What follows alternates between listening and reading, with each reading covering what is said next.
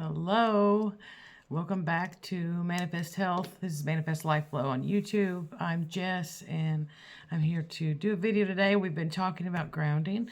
We've been talking about its physiological effects. We've also been talking about spiritual effects of grounding.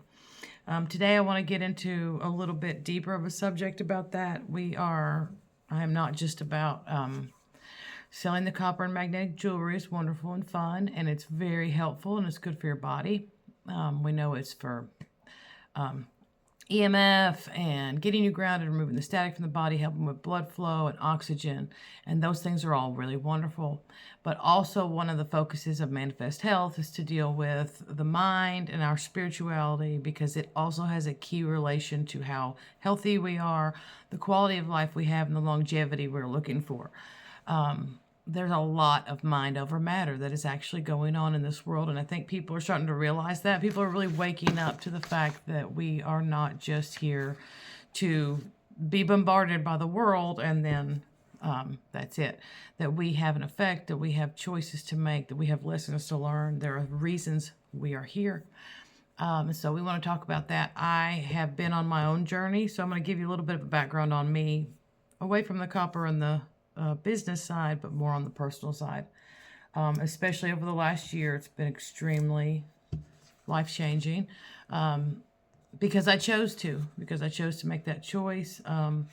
Situations kept coming up with people and certain personality types. It was just like a revolving door. It's like, why do I keep having the same people pop up in my life? Why do I keep having the same scenarios happen in my life?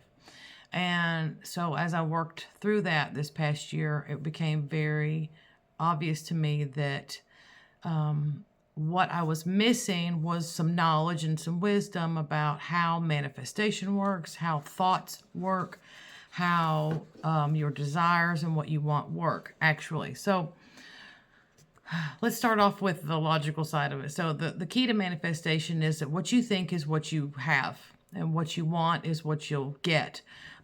Like attracts like. Now, one of the things to remember in the principles of manifestation, there are many laws to our universe, and the Creator made it that way. It's in Scripture. It's backed up. It's not just science. It's not just spiritual or metaphysical. It's all backed up. So a man thinketh, so is he. Negative thoughts and negative ideas are what lead to a downward spiral. It's what leads to what we call sin. Because when you are constantly thinking negative things, you're going to get a negative outcome. But this is also true. We all need to learn this, because this is also true for people who have been trained through their upbringing and molded and shaped into being a personality type that they don't necessarily want to be. And so they're not going to live in a victim mindset. We don't want to stay in a victim mindset, but we do want to accept that things that were wrong happened, and we have got to grow out of that. So you have different scenarios. You have people who are legitimately trying their best and don't know the answers, and it's giving them a negative outcome, or you have people that like and want and pursue negative outcomes. So let's go back. And so what happened was I had a number of different encounters with people, and it was like, okay, what happened is when I was in certain situations and scenarios around certain people, being very empathic like I am, it's like my instinct, my gut response, it like overrode the thoughts and the actions and the words, overrode what I actually believed. And it was like my impulse was agree, yes, be likable, whatever they're saying, whatever they're talking about, you know how to connect with that, connect with them, don't disappoint, don't let them get upset. So what I realized was, as being raised in the manner that I was raised under, I had trained myself very well to be so empathic, so tuned into what people wanted me to say and wanted to hear from me, that I disregarded myself. I disregarded my truths. I would just agree. And then I would almost want to like slap myself, walk away from the conversation and be like, why did you just agree to that? You don't agree with that. Why would you just agree? But that impulse, that that I have got to make this person happy. Guys, it took a lot of work for me to get past that and be like, it is not your job to make other people happy. It is wrong. And it's not wrong like, oh, you're an evil person. No, it's wrong because you can't. You actually absolutely cannot. It's impossible. And you're betraying yourself because you've learned to betray yourself. You've learned. So I went back. I had to go way back in my mind and work through a lot of things. And when you grow up in certain situations, and I know a lot of you watching will probably relate, so let me know when you do. Hit that comment. I want to hear it. Hit the comment section. If you grew up in a household where your needs were dismissed, I didn't say they weren't always met. The neglect has many levels and different aspects and variations to it. And a child can have clothes and a house and a home and still be neglected, because not all neglect is on the physical level. A lot of it's spiritual and emotional as well. So what I had learned growing up was, do not let certain people become unhappy. Well, that's impossible, because every single day it's a new rule. Every single day it's a whole new ball game. You are constantly on the edge of a cliff trying to keep your balance, because who you are that day and how well you're going to be accepted will be dependent on their level of being able to handle their stuff, and you having to fill in all the gaps, if that makes sense. So you have somebody who's unstable. They are not emotionally happy in here, so they want you to be their emotional happy place. Well, but that means that you have to sacrifice and give up who you are, mold, shape, and be whatever they need in that moment. So you become a chameleon, and then you feel like nothing but a liar, because that's the truth. I felt like I was just a liar. I wasn't trying to lie. I didn't want to lie. I wasn't actively doing it, but I was lying to myself, agreeing with things I didn't agree with, going along with things I didn't want to go along with, just because you can't upset people. You can't make someone unhappy. You're responsible for how they feel. And guys, I want you to know there is freedom from that. You are not responsible for how anyone else feels. Yes, we have a responsibility to be kind to one another, or we should be. Yes, it's not good to be purposefully and intentionally harmful. But if this is just basic, guys, this is basic conversations we're talking about, where somebody says, where do you want to go to eat? And you just agree with whatever they say all the time to avoid conflict. That's not a deal breaker kind of conversation. But for some of us growing up, it almost was. It was. Because you don't disagree. You don't have another opinion. You don't think about anything else other than what they want you to. But as you grow up, you get free. You're out in the world. You can make your own choices. And so I had to break all that down and say no. And I practiced, guys. I practiced saying no. When you have those little conversations in your head where you're acting out something and it maybe hasn't even happened, and it's this certain person, and it's always difficult with them. Guys, I literally visualized it and acted it out in my mind and said, no.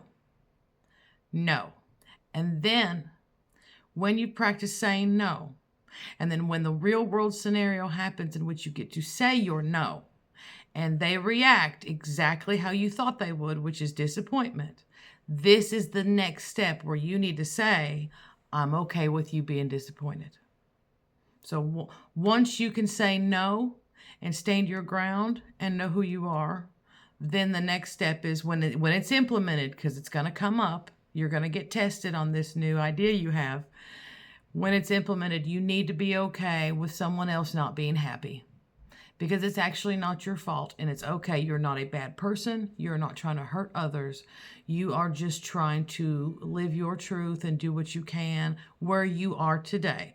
And, this is a process, guys. You please have mercy and grace with yourselves. And forgiveness, because there's a lot of things that we were programmed as children with, and we adapted based on our limited knowledge. But there's a lot of freedom to be gotten from working on your belief system and your core, who you are, forgiving yourself and saying, I'm going to stop lying to you, but say that to yourself. Look in the mirror if you have to and say, I'm not going to lie to you anymore. I'm not going to lie about you anymore. I'm not going to betray you anymore. I'm going to stand behind whatever's going on. We will deal with it. We will be patient. We can even give no answer if we don't have an answer, but we're going to practice following what we believe. So during this process, guys, I was really working hard on things and trying to gain freedom. So I wrote a book. It is a how-to guide in essence. It's 5 chapters, 30 pages.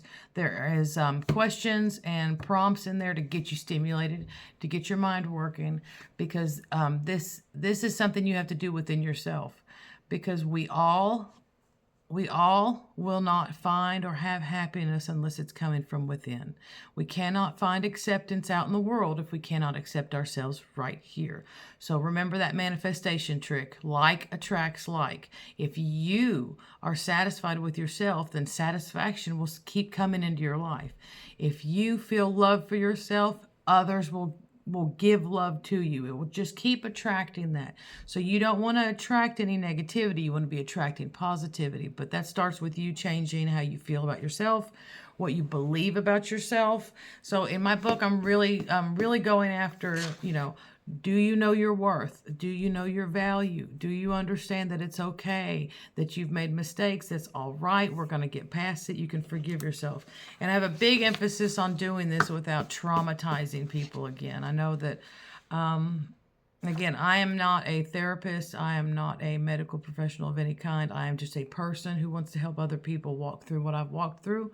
So I'm just a helper. I'm just a friend.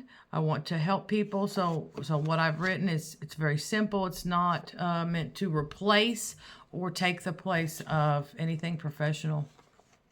But my not being a therapist and not being that kind of professional, I don't want to delve into the kinds of therapies that dredge up traumas. This is about helping you in a different way and just coming at it from a different angle. Because the relationship you build with your therapist and things, those are trusting relationships that are meant to be more intimate. So, but I do have this book. I want you guys to grab it if you want it and read it, and absolutely give me feedback and let me know what we can do with it. I've just got the print off of a few pages. I'm trying to figure out my printer right now because it'll do double-sided, but the PDF version is available at manifestheal.com. And get your hands on it and read it and go through the prompts. There's 5 chapters, so you could do one a day if you wanted to, or you could do one a week. If you wanted to do it all in one day, that would probably be okay.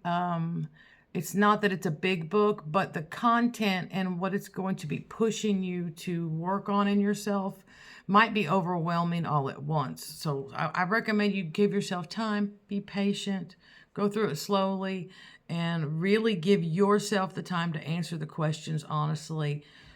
Allow the feelings to come, allow the emotions to come up, and like third-party perspective, I want you to watch yourself, in essence, view what's happening.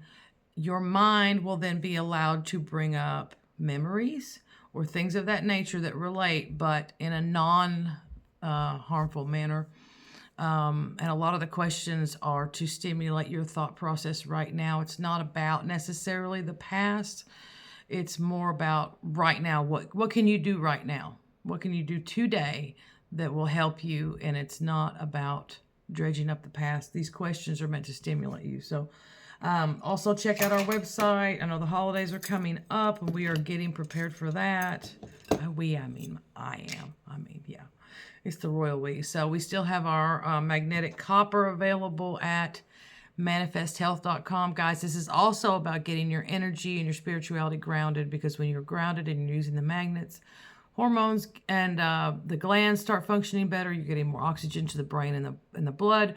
You are less stressed, have better sleep, and also EMF protection.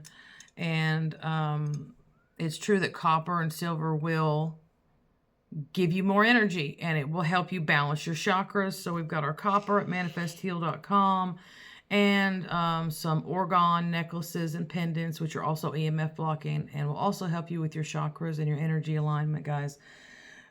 The seven points in our body that resonate with energy, and we have other videos about that if you want to check them out on the channel, on the playlist. Sorry. So absolutely check us out, manifestheal.com. I'm Jess. I'm going to be back on here talking some more, and we're gonna have a nice journey and hopefully build a great community here. So please, I encourage you, like, share, subscribe. Absolutely let me know what you all think of the videos, and I look forward to seeing you again next time. Thank you. Have a wonderful day.